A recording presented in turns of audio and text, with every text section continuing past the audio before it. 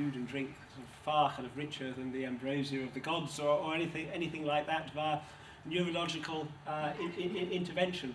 The problem with trying to get gourmet steaks is I gather it's the texture of the meat that is very difficult to replicate. I've never tasted meat myself, and I actually find I get quite queasy talking about it. But now,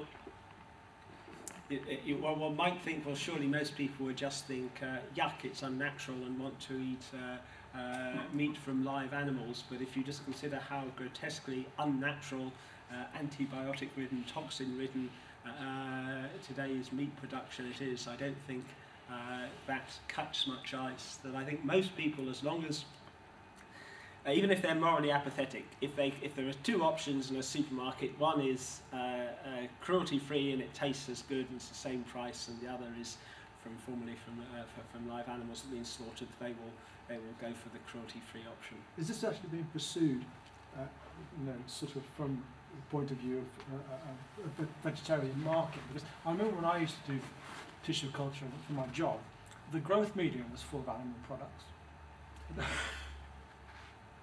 I mean, there are people who are interested in it commercially, but one of the big obstacles is that most commercial backers who aren't particularly animated by the ethical angle, investors tend to have a timescale of not really much longer than 10 years, and in terms of the kind of gourmet in vitro meat, it's probably 15, 20, 25 years away.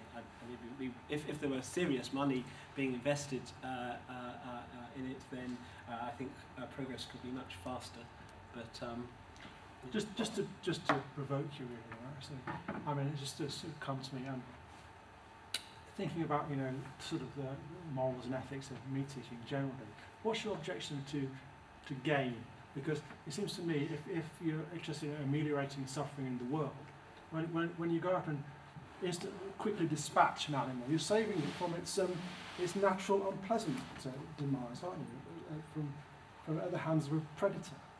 Well, yes, I might say that if there's famine in Ethiopia, it would be kinder to go on a shoot and take them out of their misery. On the whole, the attitude of mind involved is not likely to promote the reduction of suffering. Although one can speak of cleanly dispatching, often it isn't. And the attitude of mind of killing for entertainment or sport, I think is grotesque. I mean, we look at because isn't it not a question of aesthetics rather than morality?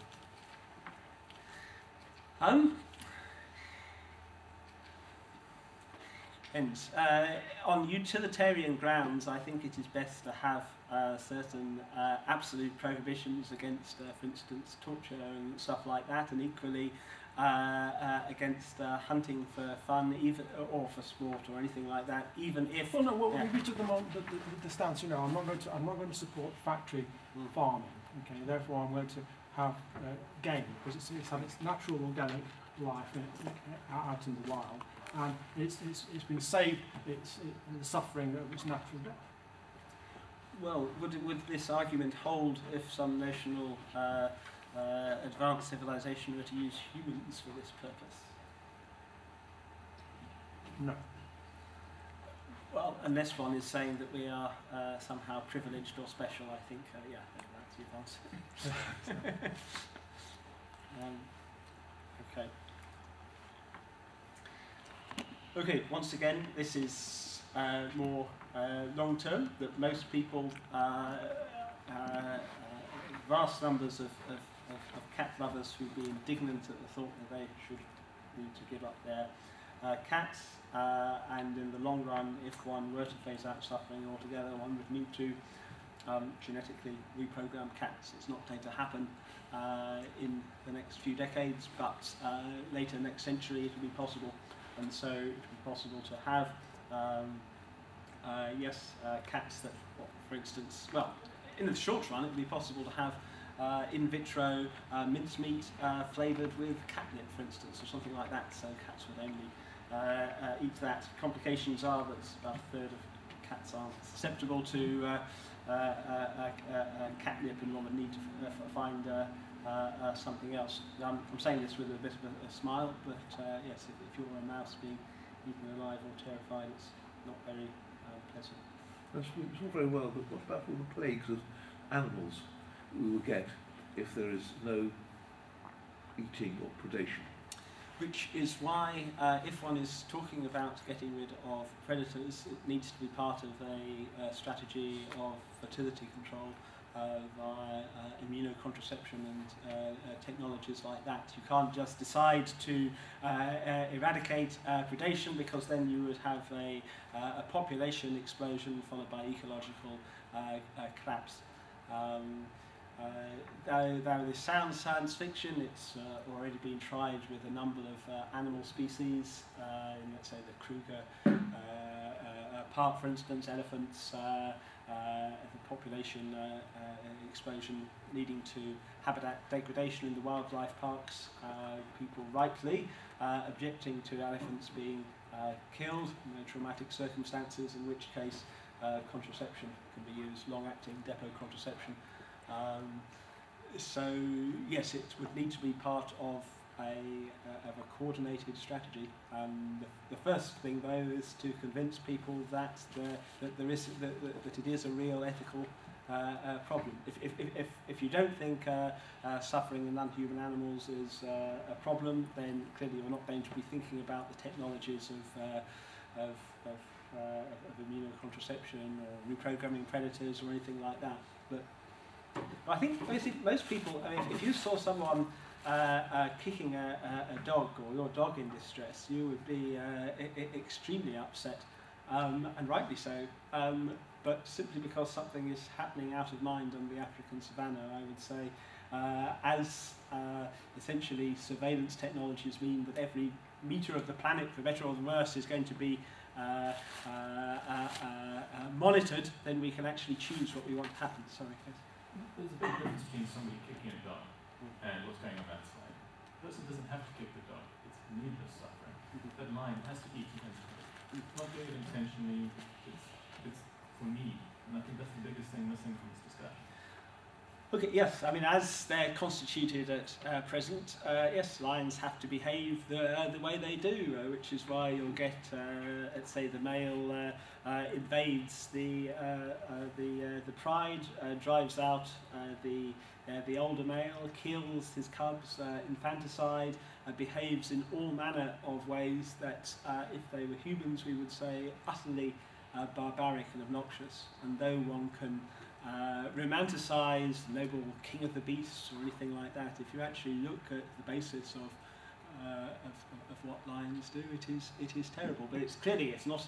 One isn't suggesting that lions are morally culpable. Ultimately, any advanced civilization who understood our neurophysiology would say it was naive to blame human primates for what they do. I mean, we now.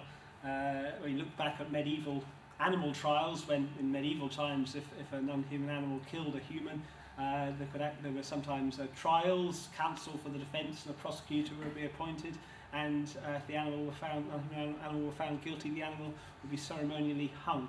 Now, we would now say this is naive, that there's no way that animals are morally responsible. Ultimately, the same may be true of humans. But whether or not, whatever one's stance is on free will or moral culpability or anything like that, I think the priority is stopping the suffering and the cruelty. Should we have lions at all then? Why don't we sterilise them now and get rid of lions? Yes, so this is a big question. Once again, I have, despite being a philosopher, I've actually been avoiding a discussion of the different ethical theories. Whether you have a virtue ethics, deontological ethics, utilitarian ethics. If you are, for instance, a classical utilitarian, then the implications are extraordinarily counterintuitive. Although you'll see a lot of discussions about the trolley problem and stuff like that, and ultimately if you're a classical utilitarian, it's hard to see why the accessible universe shouldn't be converted into utilitronium or something like that. And certainly there wouldn't seem to be any place for creatures like lions. And if you think of the state space of all possible minds, what kinds of mind, what kinds of states of consciousness do we want to exist in the universe, given that matter and energy and information are finite, and there's an opportunity cost for any mind that it exists. Why do we want to create mediocre and ugly minds? The disconcerting implication of this, though, is that who would preserve and create human minds? Would it not be best to transform the world into, I don't know whether utilitarian takes the form of blissfully intelligent Jupiter mind brains, or, which is extremely disturbing, some kind of hedonic sludge, utilitarian in the crude sense. Now, most people aren't strict utilitarians, but I'll just illustrate that. Yeah, that illustrates the kind of counterintuitive consequences.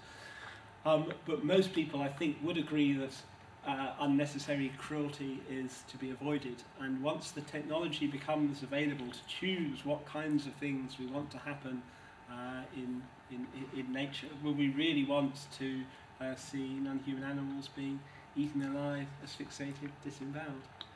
So would you propose that all sort of mice and rats would have some sort of birth control system? Cats were no longer sort of chasing them and so on?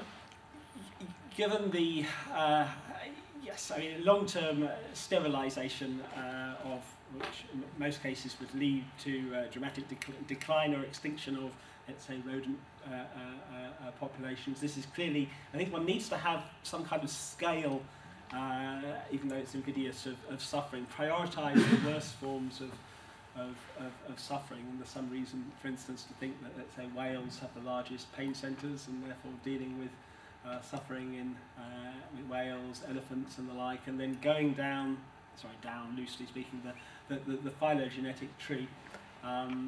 Probably most people are going to be understandably concerned with human suffering first, but as human suffering is taken care of, we'll be thinking more about what happens in our wildlife parks too, I think. And also, lions are under threat of extinction for man. You know, the biggest threat to lions and big cats. So isn't the other end of the scale where you create a Douglas Adams universe, where you have cows that want to be eaten? Yes, that is theoretically possible. And for that matter, humans that want to be eaten. The most common question, for instance, at New Harvest, which is the charity set up to promote in vitro meat, is: will it be possible to grow human meat for people to? There are all kinds of exotic questions like that. Yes, one could envisage, in theory, a cow that wants to be eaten, but I think it's far preferable and simpler to go for but, you know, single cell. Rather than say engineering, or microengineering contraceptives across the whole mouse population, you do what you were previously discussing. You reduce their pain threshold, or increase, I'm not sure which way you described, to the point where they're not suffering very. Yeah, this is the kind of issue that if people take animals suffering in members of other species who don't happen to be their pets seriously, can be addressed. So yes, so you're right. You could effectively have the whole natural world still running as it does run, but with far less suffering. Less suffering, yes, but how much less? And does one aim ultimately to eliminate it? Well, should our aim be for the well-being of all sentience? Well, if you're talking about a single gene tweak, it seems technologically a lot easier to use that tweak across the whole of nature. And even if you're reducing suffering by 1%, that's still an enormous amount of production. So I think Doug's suggestion should be on your list of alternatives. You yes, had a absolutely. slide a few minutes ago which yes. you haven't talked through, but here are the alternatives which we should be considering. Yes. And we should, just as you ducked the earlier question about what's the right approach? You said, well, we're just going to have to consider it, and I think that is the right answer, which is we can't yet tell for sure what is the right, the best